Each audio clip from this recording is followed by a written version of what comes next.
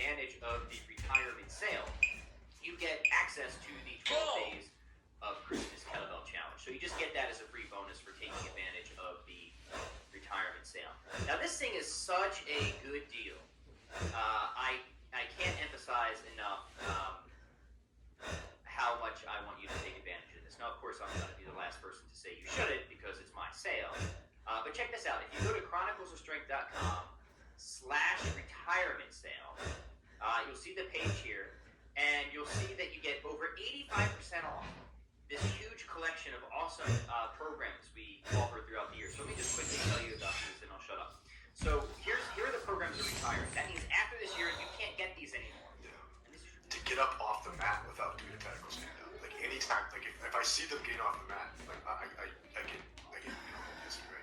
Like I want them to because it's master. Let's just master that movement pattern, right? Let's just be able to do that. And I was teaching just a basic guard open that I wanted them to go into combat base, just to start their pass.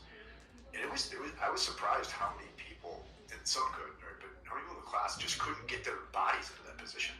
They just couldn't get into combat base, right? I'm like, okay, now, so here's the deal. We're going to extend our warm up now, and we're going to work on our hips and knees and stuff. Because we have to be able to, because if you can't get in the combat base, as you pointed out, Nelson, you're going to get hurt when you roll. You're going to get hurt if you just don't have that much mobility. Yeah. Yeah, go ahead, Nelson. Yep. Mm-hmm. I was going to say, like, extend that a little bit, like the combat base, and he's getting your knees over your toes, like our wrestling shot. I remember when I was young and I would teach wrestling shot to the older, like the entire class, and I would have these older guys, and they would tell me, like, oh, my knee hurts after we do penetration steps. In my head, I was like, oh, like you gotta get used to your knee hitting the mat. Yeah. I never thought it was like, I never thought it was like, oh, like you're so tight that you can't access this. Away from, I think in that sense, martial arts really forces you to be much more honest about your training and focus on what you actually need rather than what you want. Jim, what are your thoughts on all this? Jiu-jitsu will expose the reality of things in ways, right? This might be a little like relative to my own jiu-jitsu game, but I think it's probably maybe there's a general relevance too. But so I play a lot of half guard, and both like conventional wrestling up to dogfight position and also like deep half stuff. So for me, rotational strength is really, really, really important for what I'm doing jiu-jitsu wise, and being able to come up, build a base from elbow to hand up into someone to find under is very, very important. And I tell you, Turkish get-ups, I can't imagine something better for that rotational base building stuff, right? Even one-handed swings, right? I can't imagine something better for that, right? Heavy club work, I think really does help in all the rotational stuff I'm doing with that. And not just to make me stronger, just to not get hurt when I'm doing that, like finding, really strengthening all that stuff. And, also, I mean, I do think barbells, like, we can debate this, just in terms of just getting strong AF, I believe is much better than a barbell, right?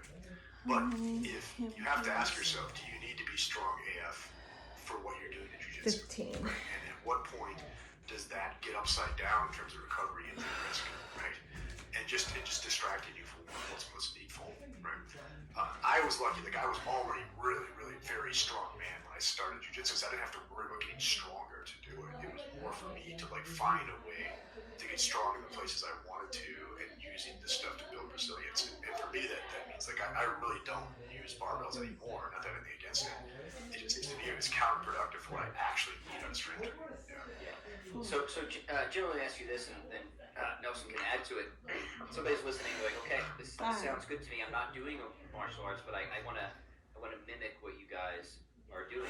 Jim, what would you say to somebody who wants to get started training like a martial artist, even if they are not yet one? And I say because you should be one. You should do. I'm becoming increasingly convinced, especially since I had like a year and a half sort of hiatus of being away from martial arts when I moved to Wisconsin and all the COVID crap.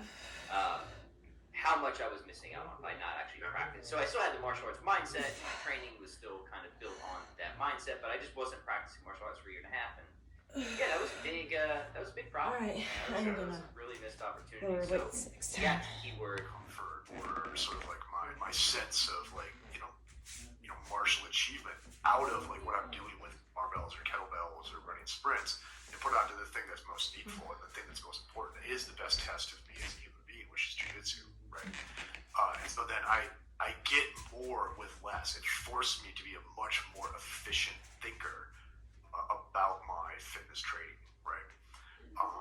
And so and that way it's that is taking less wear and tear in my body than it was, say, 7 years ago before I got into martial arts seriously, because I'm putting myself under less strain with barbells and things like that. Yeah, that's good. Nelson, for you, you have to remind me, what was the history? Were you into kettlebells and anything before jiu-jitsu, or did you get into jiu-jitsu and that led you to the kettlebell world? So I wrestled in high school, and I was exposed to like your average high school football program. I did football, wrestling, and track in high school. So I spent the summers lifting, squatting, lots of bench press, dips, incline, and the program. Looking back, the program didn't have enough movement, and I remember like after my freshman year, my posture got worse and worse. Like shoulders sat around me, and my mom would come and say, "Oh, you stand up straight." You can always leave it to your mom. Hey, what was your event track, by the way? I was a pole vaulter. Pole vault, yeah, that makes sense. I was it was like just no fear. That one kid said, "Hey, I should have guessed that. Yeah. you just run with this pole and jump very high." I was not very good at it.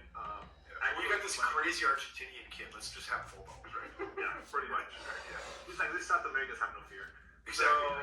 So the coach, I remember, it's actually stuck with me forever. I was really bad my freshman year. He told me, like, "Hey, like, you like this?" I was like, "Yeah." He's like, "Look, come back next year." He's like, "Are you gonna lift weights over the summer?" I was like, "Yeah, I'm gonna lift weights over the summer." He's like, "Look, if you keep working on it and you're consistent and you lift weights, by your senior year you're gonna be pretty good. You're not gonna be great, but you'll be pretty good." And I was like, "Okay," and like that worked for me. And I actually broke my thumb. You can see how messed up it is. Right. I dislocated my thumb and like ripped the ligaments in my dominant hand, my right hand. So like that's my hand for like top of the vocal. My very last wrestling match is this year, so, like right before track season, so like that. To say that you need to rest less after doing a machine exercise is just kind of a funny point to us. Yeah, I found some really interesting area in Dave as well. I don't necessarily, I'm not going to say that I disagree with it, but I think the arguments for those comments are a little weaker than some of the content of the rest of the paper. So I agree that it's a point that you can kind of joke at.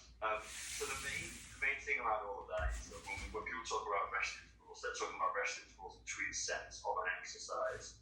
So it's typically repetition of the same exercise. And when I've talked about this with other people, especially in the high-intensity training community, I typically say, it almost doesn't really apply because most people who do HIIT training probably wouldn't do a set of leg presses, rest 2 minutes, and then go back and do another set of leg presses. So it's kind of almost a redundant point. But the point of the argument around the rest interval is to do with ATP replenishment.